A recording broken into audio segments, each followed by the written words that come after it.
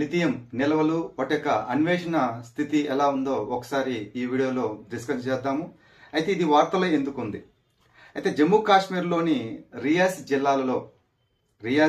జిల్లాల్లో lithium black కోసం ఇటీవల జరిగినటువంటి వేలం జరుగుతూ ఉంటుంది కదా. ఏ రిజర్వ్స్ అయినా కూడా వేలం జరుగుతూ ఉంటుంది, భారతదేశంలోనే కాదు ఇతర దేశాల్లో కూడా.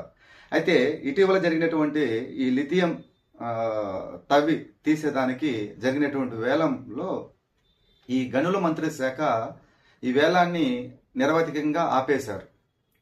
అయితే దాని గల కారణాలు ఏంటి అన్ని కూడా ఒకసారి డిస్కస్ చేద్దాం ఈ వీడియోలో. అయితే ఇక్కడ మన geological survey of India GSI చెప్పినట్టు ప్రకారం ప్రపంచంలో 5.9 మిలియన్ టన్నుల ఈ లిథియం నిల్వలు ఉన్నట్టు చెప్పడం జరిగింది ఇటీవల కాలంలో. GSI అంటే దాన్ని మనం జియోలాజికల్ సర్వే ఆఫ్ ఇండియా అంటారు. వీళ్ళు ఇచ్చిన డేటా ప్రకారం 5.9 మిలియన్ టన్నుల ఈ నిల్వలు ఉన్నాయంట, మనకు లిథియం నిల్వలు ఉన్నాయి. అయితే ప్రపంచంలోనే ఇది 7వ స్థానం అని చెప్పుకోవచ్చు. ప్రపంచంలోనే మన భారతదేశం 7వ స్థానం. ఒకవేళ కానీ ఇవన్నీ కానీ తవ్వకాలు కానీ మనం మొదలు పెడితే ప్రపంచంలోనే 7వ స్థానానికి వస్తాం అన్నమాట లిథియం నిల్వలు. అయితే ఈ లిథియాన్ని ఎక్కడ వాడతాం ఏంటి అన్ని కూడా ఒకసారి చూద్దాం, ఓకేనా? అయితే భారతదేశంలో లిథియం నిల్వలు ఎలా ఉన్నాయి, ఏ రాష్ట్రాల్లో ఎలా ఉన్నాయి అనేది ఒకసారి ఈ వీడియోలో మనం డిస్కస్ చేయడం జరుగుతుంది. ఫస్ట్ జమ్మూ కాశ్మీర్ అని చెప్పుకోవచ్చు. మనం అత్యధికంగా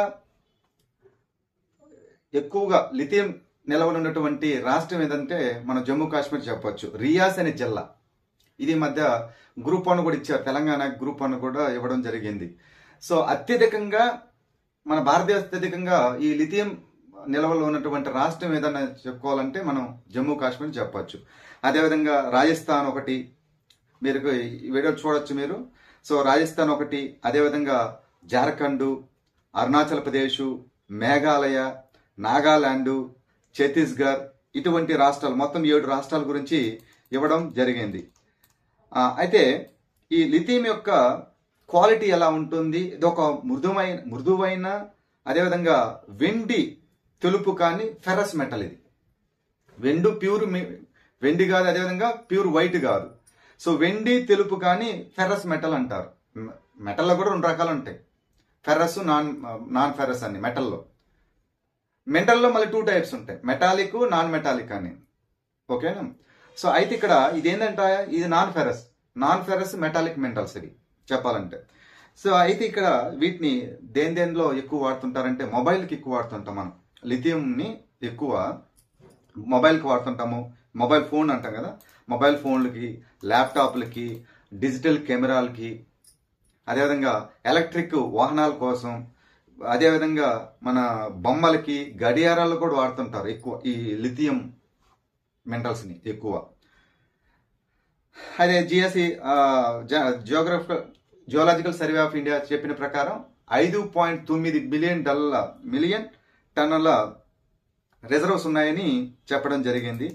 భారతదేశం యొక్క మొదటి లిథియం నిల్వలు ఈ GSI చెప్పిన ప్రకారం రాజస్థాన్లోని నాగౌర్ జిల్లాలోని దేగానా అనే ప్రాంతంలో కీలకమైన ఖనిజానికి సంబంధించినటువంటి మరొక నిల్వను కూడా కనుక్కున్నారు. అంటే ఒక జమ్మూ కాశ్మీరే కాదు, అదేవిధంగా ఇప్పుడు చెప్పినటువంటి నాగాలాండ్, మేఘాలయ, అరుణాచల్ ప్రదేశ్, ఛత్తీస్గఢ్, జార్ఖండ్ ఇవే కాదు, రాజస్థాన్లో ఉన్నటువంటి ఈ నాగౌర్ జిల్లాలో ఉన్నటువంటి దేగానా అనే ప్రాంతం, ఈ దేగానా అనే ప్రాంతంలో కూడా ఈ నిల్వలు బయటపడడం జరిగిందనమాట.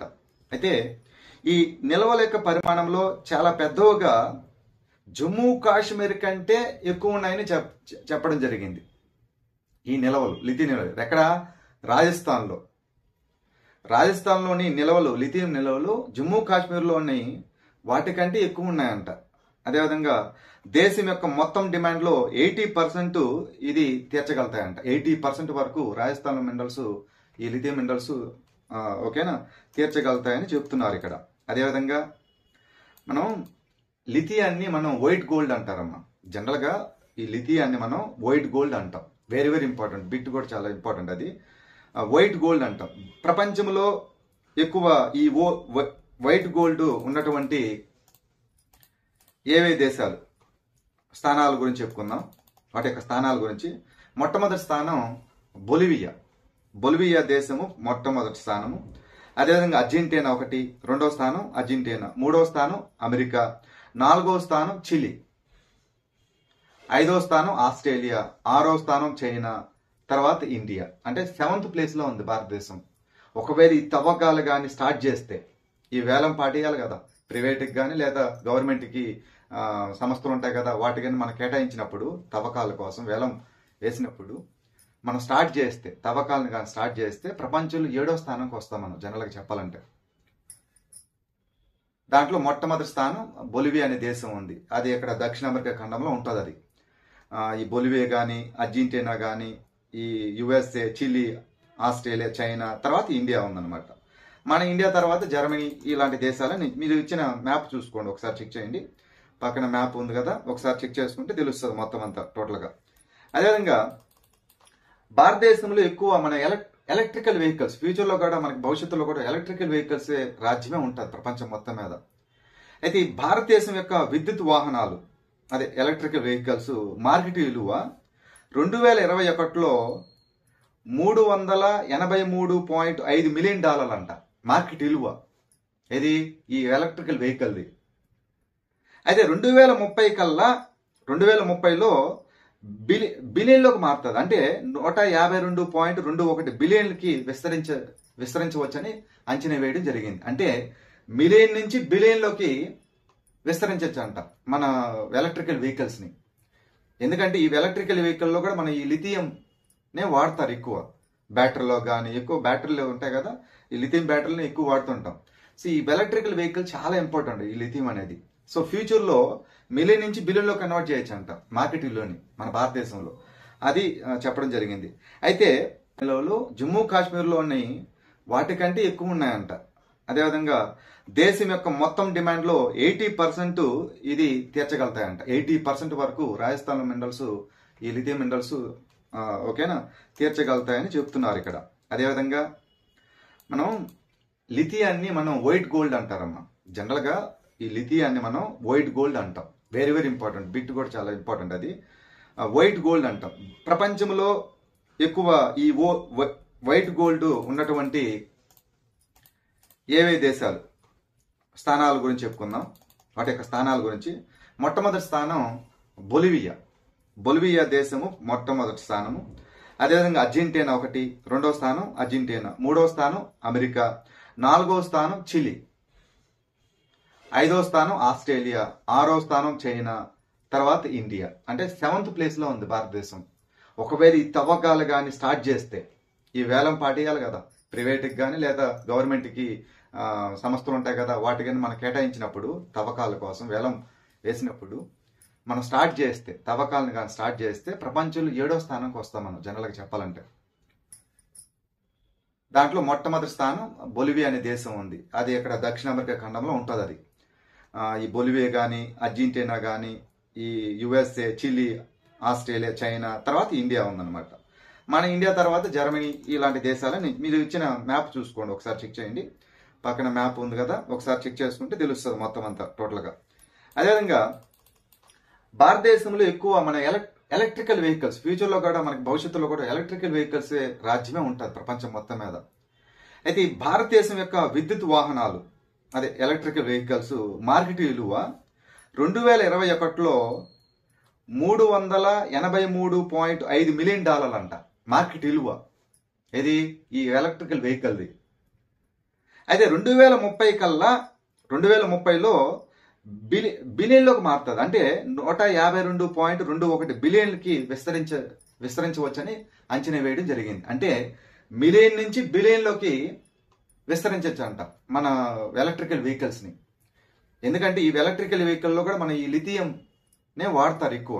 బ్యాటరీలో కానీ ఎక్కువ బ్యాటరీలు ఉంటాయి కదా, ఈ లిథియం బ్యాటరీని ఎక్కువ వాడుతుంటాం. సో ఈ ఎలక్ట్రికల్ వెహికల్ చాలా ఇంపార్టెంట్ ఈ లిథియం అనేది. సో ఫ్యూచర్లో మిలియన్ నుంచి బిలియన్లో కన్వర్ట్ చేయొచ్చు అంట మార్కెట్ విలువని మన భారతదేశంలో.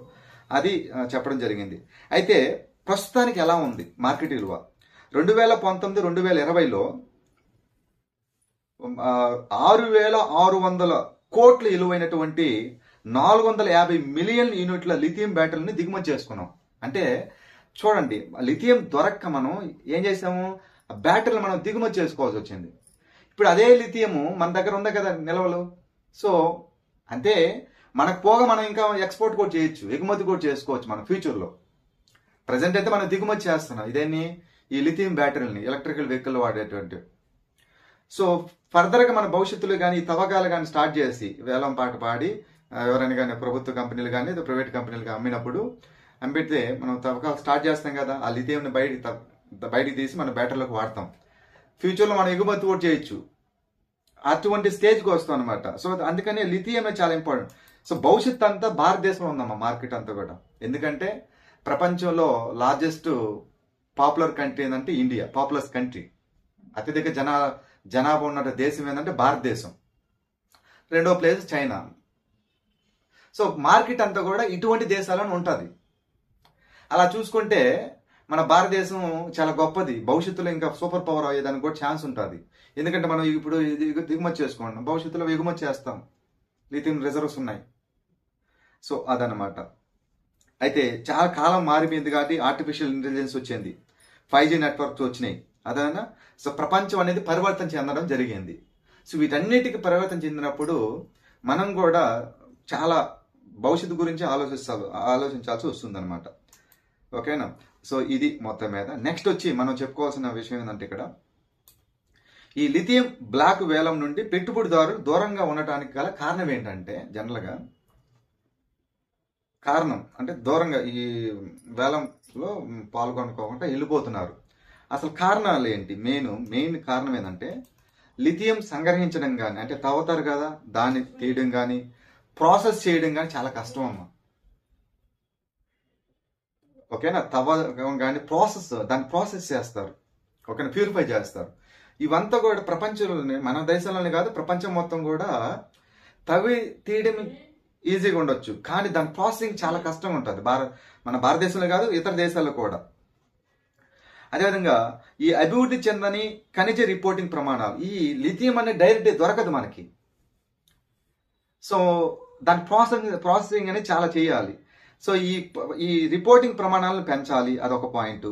అదేవిధంగా బిడ్డర్లు ఎవరైతే బిడ్ చేస్తారో, అది వేలం పాట పాడతారో, వాళ్ళు కొన్ని ఫిర్యాదులు కూడా చేస్తున్నారు. సో మీరు డేటా చూసుకోవచ్చు, ఎటువంటి ఫిర్యాదులు ఇచ్చారో ఒకసారి చూసుకోవచ్చు మీరు, ఓకేనా.